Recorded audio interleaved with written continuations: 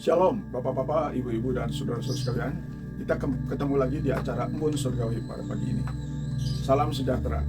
Sebelumnya membaca Alkitab, kita akan berdoa dulu, minta pimpinan Roh Kudus. Terpujilah namamu ya Tuhan, karena Engkau baik, Engkau murah hati, dan Engkau juga punya rencana yang indah bagi kami, bagi Bapak-bapak, Ibu-ibu, dan saudara-saudara sekalian.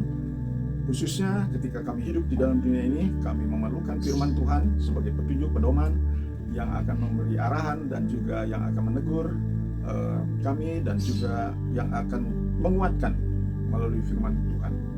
Kiranya Tuhan memberkati supaya kami belajar sabar. Puji namamu ya Tuhan, atas pimpinan Roh Kudus. Dalam nama Yesus kami serahkan doa ini. Amin. Diambil dari Roma 12 ayat 12. Bersukacitalah dalam pengharapan, sabarlah dalam kesesakan, dan bertekunlah dalam doa. Itulah firman yang kami sampaikan dengan judul sabar.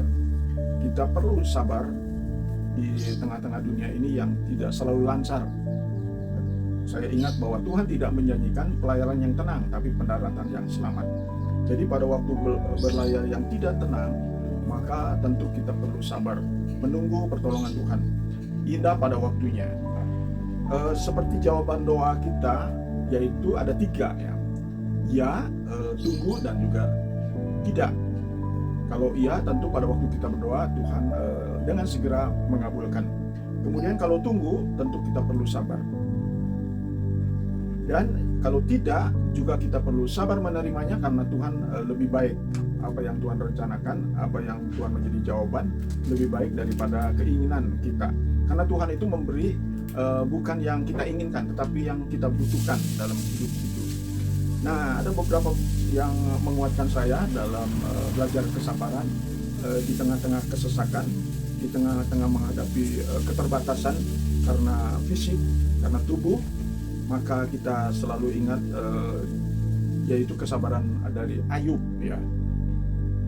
Lalu singkatnya pada waktu dia sabar menghadapi 3 teman-temannya yang cukup menyebalkan, tetapi dia berdoa dan akhirnya dia disembuhkan dari kusta.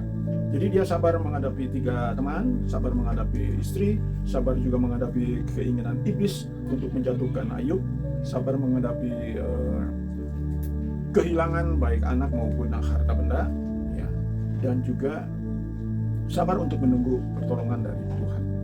Itulah contoh yang bagus. Kemudian kita juga ingat akan Yusuf, begitu sabarnya menghadapi kakak-kakaknya yang membenci, yang iri hati, yang menjual, dan juga akhirnya ia dipenjara. Tetapi Yusuf berkata bahwa semuanya ini adalah rencana dari Tuhan, sehingga ia tidak membencinya, ia tetap mengampuninya. Juga Daud pada waktu menghadapi Saul, ia sabar. Pada waktu ada kesempatan untuk membalas, bahkan anak buahnya sudah menganjurkan Daud untuk membunuh Saul, tetapi ia lebih takut kepada Tuhan, lebih menyerahkan kepada rencana yang indah bagi Tuhan di masa depannya untuk menjadi seorang pemimpin atau seorang raja yang dipakai oleh Tuhan.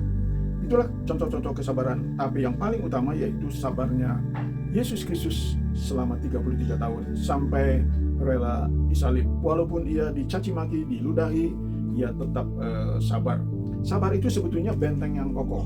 Sabar itu menjadi kesukaan dari Tuhan sendiri. Sabar itu adalah buah roh yang keempat. Jadi kita perlu berbuah kesabaran itu sehingga mendatangkan ketekunan, dan ketekunan itu akan mendatangkan juga kesempurnaan.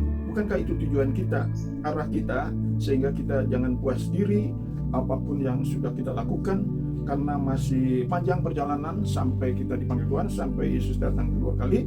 Kita terus jaga diri di proses, jangan sampai kita tidak sabar seperti beberapa contoh yang lain. Karena ketidaksabaran, maka akhirnya ia tidak sampai kepada tempat yang dijanjikan itu. Jadi marilah kita selalu belajar sabar. Tentu tidak mudah, dan kita bersyukur sudah ada penolong yaitu Roh Kudus.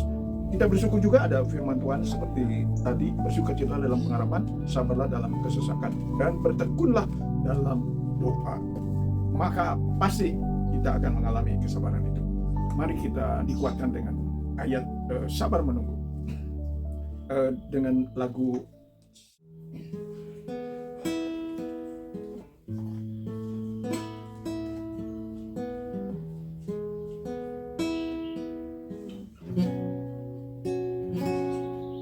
sabar menunggu jawaban doaku, karena ku yakin janjinya padaku tak mungkin gagal, tak mungkin ingkar. Tidak seperti janji manusia.